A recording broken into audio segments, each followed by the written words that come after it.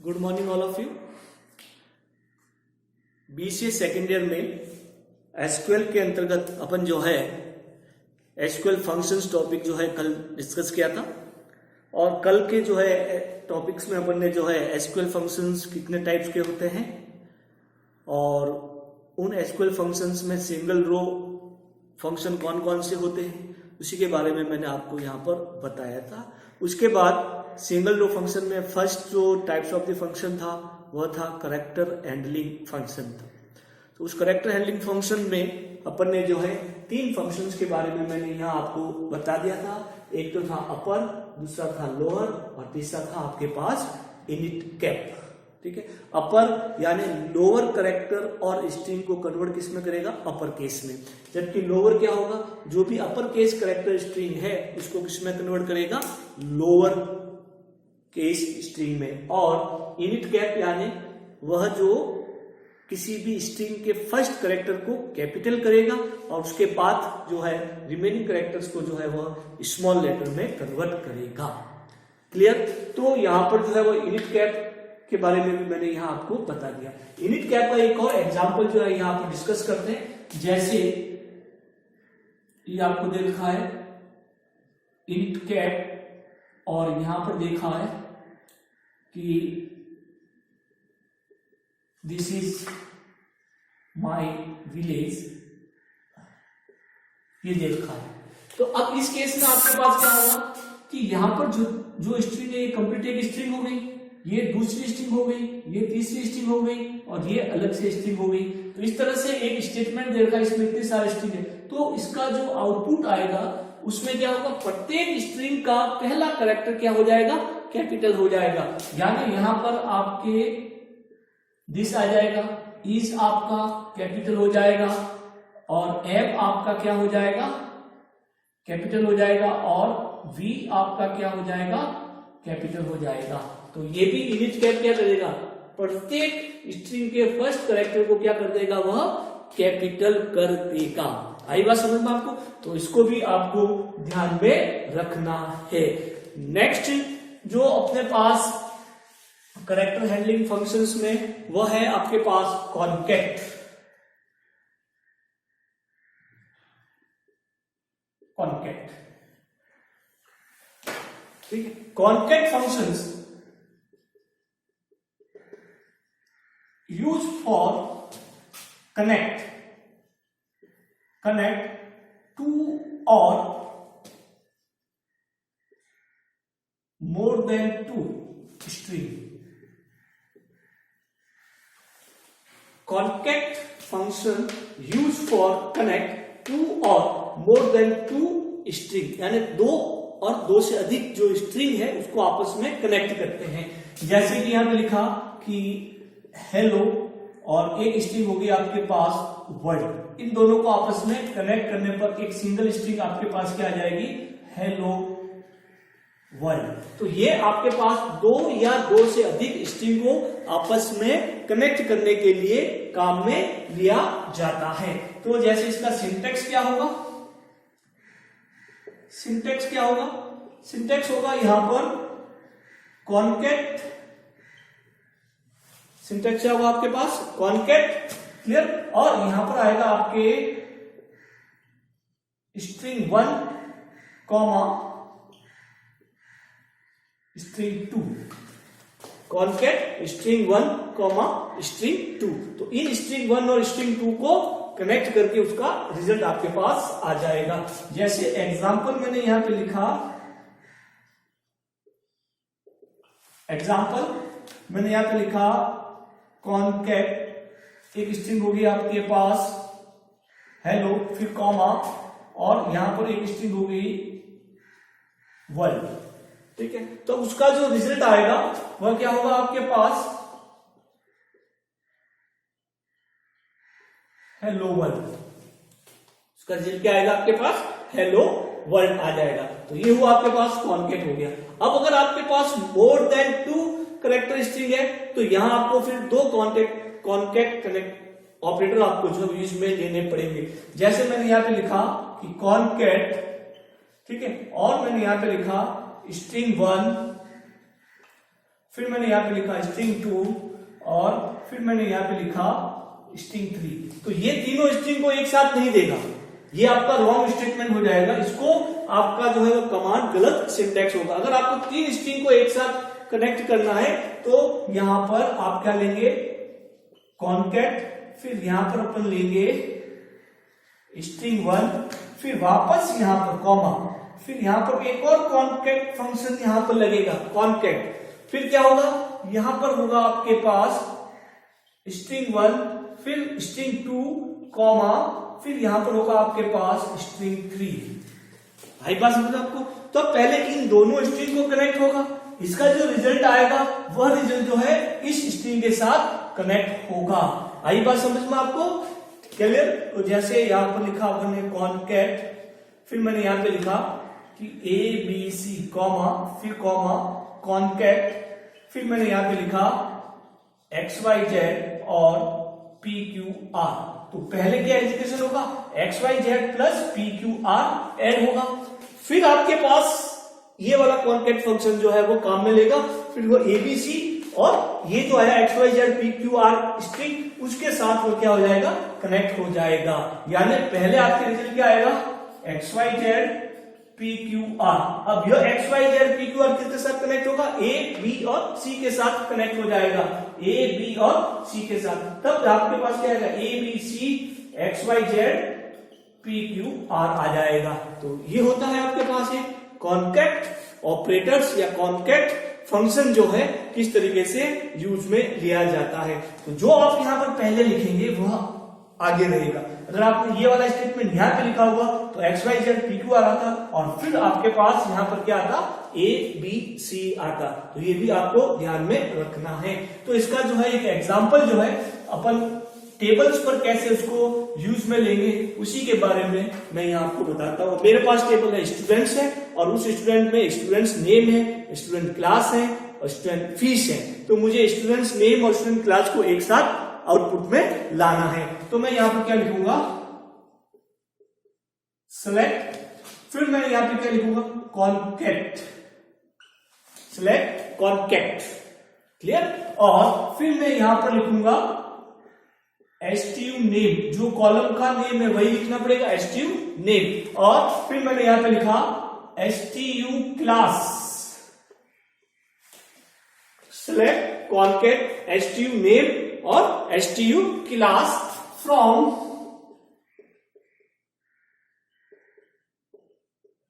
Student. ठीक है? तो अब यहां पर आउटपुट में तो STU नेम के साथ क्या आ जाएगा, STU क्लास आ जाएगा। इस कॉलम का हेडिंग दे देते हैं अपन concat operator connection of two string connection. ये क्या होगा, कॉलम का हेडिंग आ गया। तो आउटपुट के पास क्या आएगा, आपके पास रिजल्ट क्या आएगा, कनेक्शन हो जाएगा। ये तो कॉलम का हेडिंग आएगा जो यहां पर ने दिया। और यहां पर मान लीजिए स्टूडेंट का नेम XYZ था, उसकी क्लास कौन सी थी, BCA थी।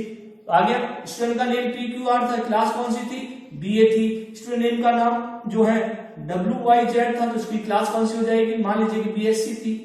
तो इस तरह से ये दोनों अलग अलग कॉलम में थे, लेकिन कॉन्कैट से इन दोनों कॉलम को एक करके एक सिंगल रिजल्ट आपके पास आ जाएगा। तो ये होता है आपके पास कॉन्कैट ऑपरेटर होता है। यह कॉन्कैट ऑपरेटर ओरेकल के सारे वर्जन पर कार्य करता है। तो ओरेकल के डिफरेंट टाइप के वर्जन होते हैं। लेटेस्ट वर्जन ओरेकल 12i होता है, उसके बाद 11i था आपके पास, फिर आपके पास 10G एक्सप्रेशन एडिशन था, आपके पास जो है वह 9i था आपके पास। क्लियर? और 8i पुराना वर्जन हो गया। तो जनरली अपन जो है ये लेटेस्ट वर्जन होते हैं 12i 11i।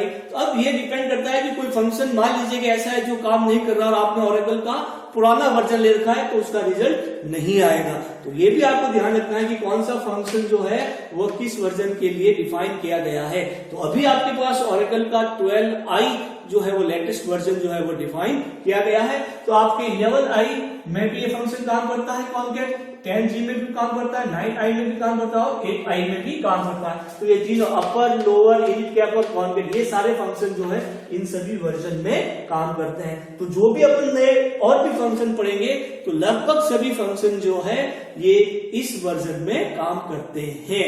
आपके पास जो है R ट्रीम या L ट्रीम है 10G एक्सप्रेशन एडिशन में काम नहीं करता है, जो अपन आगे आपको बताऊंगा मैं। क्लियर? तो ये था आपके पास एक कनेक्शन ऑपरेटर्स,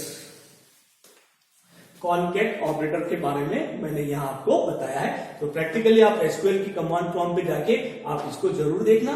मेरा जो है वो प्रैक्टिकल सेशन होगा, तो उस प्रैक्टिकल्स वीडियो में मैं आपको इन सारे जो है वीडियो का जो है वो प्रैक्टिकल करके बताऊंगा, उसका रिजल्ट क्या होगा उसको आप जरूर जो है एक बार देखें। फिर नेक्स्ट जो है कॉनकैट के बाद अगला जो फंक्शन आता है वो होता है मेरे पास इंपॉर्टेंट फंक्शन होता है length.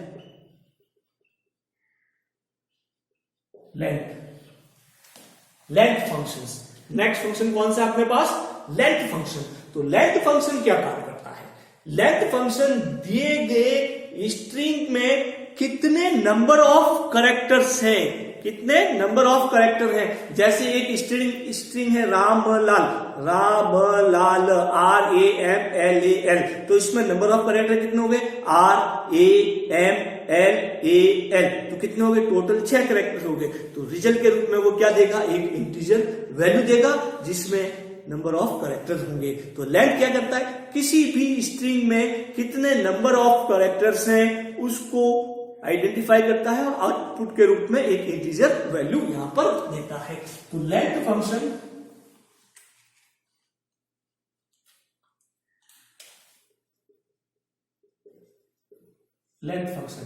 Return the number of character in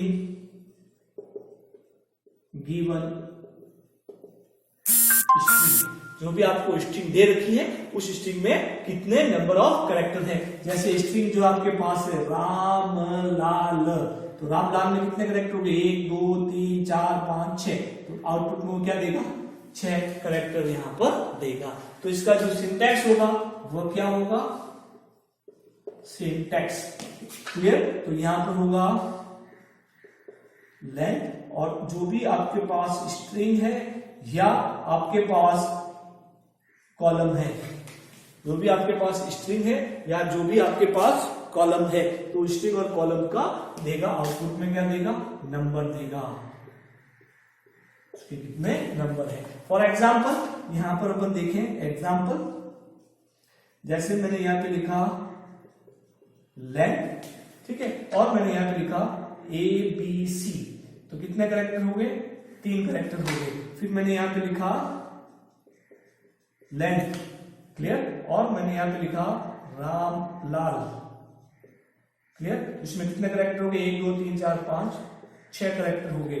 फिर मैंने यहां पे लिखा लेंथ, ठीक है, तो STRP, तो इसमें कितने कैरेक्टर? 1 2 3 और 4 कैरेक्टर यहां पर हो गए। क्लियर? तो ये होगा आपके पास लेंथ ABC, लेंथ रामलाल। तो ये लेंथ कैरेक्टर जो है वो यहाँ पर यूज में लिया जाता है। तो इसको अपन प्रैक्टिकली कैसे करेंगे, इसको जब हम सिलेक्ट कमांड के साथ कैसे यूज करेंगे, तो वही अपन यहाँ पर मैं आपको बता देता हूं कि सिलेक्ट के साथ अपन को यूज करना है। तो अपन इस तरीके से करेंगे सिलेक्ट, और मैंने यहाँ पे क्या लिख दिया? लेंथ, और यहां पर मैंने लिख दिया रामलाल। फिर एक और एग्जांपल लिया लेंथ XYZ। अब यहां पर डायरेक्ट मैं वैल्यू ले रहा हूं, कोई भी टेबल में ये वैल्यू नहीं है, तो फ्रॉम कौन सी टेबल लेंगे अपन? ड्यूअल टेबल लेंगे। तो इस हिसाब से इसका जो आउटपुट आएगा ये वो होगा आपके पास रामलाल, कितने कैरेक्टर हो गए? 6 हो गया। और इसका जो आउटपुट आएगा XYZ, तो इसमें कितने कैरेक्टर हो गए आपके पास? 3 कैरेक्टर हो गए। तो इस तरह से यह आपके पास एक आउटपुट यहां पर आएगा। तो ये था आपके पास लेंथ को अपन यहां पर किस तरीके से स्पेसिफाई करते हैं। क्लियर? ये तो हो गया आपके पास लेंथ। अगला जो आपके पास कैरेक्टर हैंडलिंग फंक्शन है वो है आपके पास 6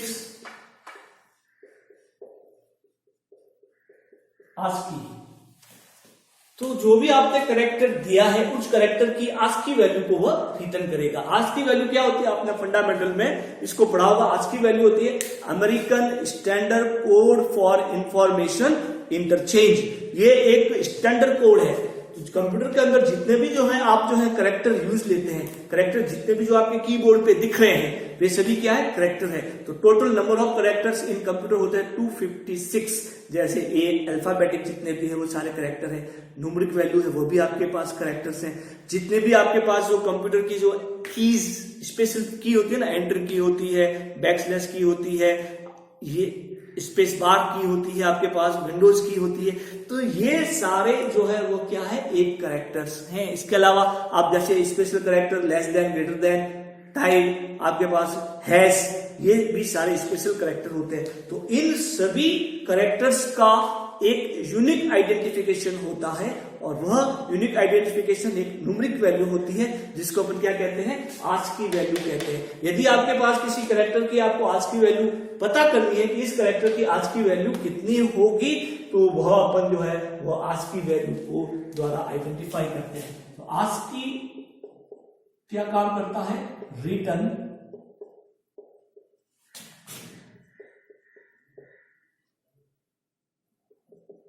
ASCII value for any character or string। Syntax क्या होगा, ASCII और यहां पर करेक्टर हो सकता है और यहां आपके स्ट्रिंग भी हो सकती है। स्ट्रिंग होगी तो सभी करेक्टर को कंबाइन करके उसकी वैल्यू को वो रिटर्न करेगा। जैसे मैंने यहां पे लिखा आज की वैल्यू ऑफ स्मॉल ए, तो इसकी आएगी 91। फिर आज की value of capital A, clear, capital A, तो इसकी वैल्यू आएगी आपके पास 61 या 62 है, आप देख लेना 61 या 62 है। इसी तरीके से आज की value of zero character, zero not character, zero, तो इसकी कितनी आएगी आपके पास 48 आएगी। तो ये न्यूमेरिक वैल्यू की 48 आएगी। तो ये आपके पास जो है ये आज की वैल्यू को यहाँ पर यूज में लिया जाता है। तो इस वीडियो में अपन ने जो है कॉन्कैट, लेंथ और ASCII फंक्शंस को यहाँ पर अपन ने देखा। तो करेक्टर हैंडलिंग फंक्शन में अपन ने 6 फंक्शंस को ऑलरेडी यहाँ पर डिस्कस कर चुके हैं। अब नेक्स्ट वीडियो में अपन और भी जो है वो करेक्टर हैंडलिंग फंक्शन है उनके बारे में मैं यहाँ आपको बताऊंगा। Okay, thank you.